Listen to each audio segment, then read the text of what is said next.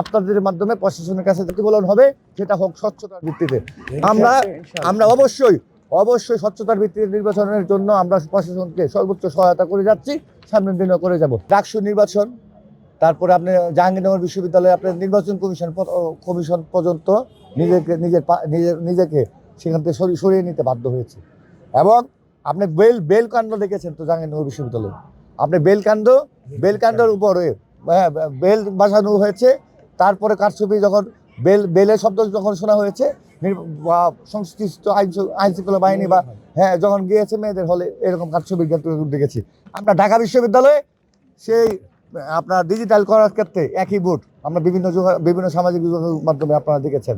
ঢাকা বিশ্ববিদ্যালয়ে আপনার স্বচ্ছতার প্রকাশ আমরা পাই নাই। ডিজিটাল যেখানে হচ্ছে একই বুট বারবার গোনা হয়েছে এবং এটা আমরা সামাজিক যোগাযোগের মাধ্যমে দেখেছি। আর যেহেতু ঢাকা বিশ্ববিদ্যালয়, জাহাঙ্গীরনগর বিশ্ববিদ্যালয়, চট্টগ্রাম বিশ্ববিদ্যালয় এবং রাজশাহী বিশ্ববিদ্যালয়ে 27টি 30টি হল রয়েছে। হল সংসদে সেখানে অনেক সময়ের বিষয়, কিন্তু এখানে 16,000 ভোটারের মধ্যে যদি আপনার 16,000 শিক্ষার্থী যদি ভোট দিতে আসে, যদি 100% ভোটের উপস্থিতি হয় এই 39টি ডিপার্টমেন্টে ভোট গণনার ক্ষেত্রে অবশ্যই আমাদের প্রশাসনের এই সক্ষমতা আছে, এটা ম্যানুয়ালি করে। দাবি না মানলে আমরা সাধারণ শিক্ষার্থীদের যে দাবি, সাধারণ শিক্ষার্থীরা আমরা বহুবার আন্দোলন করেছি যোগসু নির্বাচনের জন্য। সাধারণ শিক্ষার্থীদের একটা প্রাণের দাবি, এটা আমাদের মৌলিক দাবি। যোগসু নির্বাচনটা আমাদের সবার আবেগের জায়গা। অবশ্যই সাধারণ শিক্ষার্থীরা কোনো কারচুপি নির্বাচনের ব্যবস্থা করলে এটা মেনে নেবে না।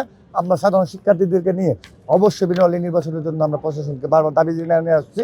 কারচুপি হলে অবশ্যই নির্বাচনের আচরণবিধি মধ্যে যতটুকু আমাদের দাবি জানানো উচিত, অবশ্যই নির্বাচনে আমরা এটা দাবি জানাবো। আমরা নির্বাচন আচরণবিধিতে আমরা যেভাবে দেখেছি, প্রশাসন যেভাবে আমাদেরকে নির্দেশনা দিয়েছেন, আমাদের ঐক্যবদ্ধ নির্ভীক জবিয়ান প্যানেল সহ অন্য প্যানেল সবাইকে দেখেছি এই আচরণবিধির মতোই নির্বাচন পরিচালনা করতে। কিন্তু একটি বিশেষ রাজনৈতিক দলের একটা প্যানেল আমরা দেখেছি প্রকাশ্যে, আমরা সামাজিক যোগাযোগের মাধ্যমে দেখেছি প্রজেক্টর মিটিংয়ের কোনো ব্যবস্থা আমাদের ছিল না, কিন্তু প্রজেক্টর মিটিং তারা করেছে। আমরা যারা প্যানেলের অন্য যারা গিয়েছি, আমাদেরকে জানানো হয়নি যে প্রজেক্টর মিটিংয়ের অনুমতি আছে বা এটা লিখিত আকারে আমাদের কোথাও ব্যবস্থা ছিল না। ওনারা 20 থেকে 30 মিনিট আগে ওনারা বলেছেন যেহেতু অন্য প্যানেলের প্রজেক্ট সহ সকল রেডি আছে, তখন আমাদেরকে 20 মিনিট আগে জানিয়েছে তোমরা প্রজেক্ট রেডি করতে পারবে। প্রজেক্ট রেডি করার জন্য অন্তত 2 থেকে 3 ঘন্টা সময় লাগে। তাহলে কি হলো, একটি প্যানেল যখন তাদের বিশেষ মহল যখন তাদের সকল কিছু ব্যবস্থা করা হয়েছে, তখন আমাদেরকে নির্বাচন কমিশন বা প্রবেশ ম্যাডাম বলেছে যে এখন 11 আওয়ারে করতে পারবেন, রাত 10:30টার সময় আমাদের 10টার সময়। অবশ্যই এটা যখন নির্বাচন আচরণবিধিতে এটা ছিল না প্রজেক্টর মিটিংয়ে, এটা অবশ্যই তাদের এই যৌক্তিক দাবি। এবং কিছু প্যানেলের আমরা দেখেছি তারা প্রশাসন, নির্বাচন কমিশন তাদের পক্ষপাতমূলক আচরণ করছে। বিষয় হলো, একটি কথা বলতে চাই আমি, জগন্নাথ বিশ্ববিদ্যালয়ের ছাত্রদল ওয়েলফেয়ার ভিত্তিক 1 মাস কর্মসূচি ছিল।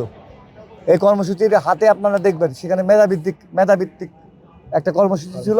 হলে মেয়েদের নবাব হলে আমাদের বিশেষ বৃত্তির ব্যবস্থা, যেখানে অসচ্ছল মেধাবী শিক্ষার্থীরা আছে তাদেরকে আমরা সহায়তার জন্য আমাদের যারা বড় ভাইরা আছে, সাবেক জবিয়ানরা যারা ব্যবসায়িকভাবে ভালো আছেন, সবাই মিলে জগন্নাথকে যারা ধারণ করে তারা তাদের ভাই বোনদের পাশে দাঁড়ানোর জন্য ওই ব্যবস্থা করে আমরা বিশেষ বৃত্তি আমরা ঘোষণা করেছি।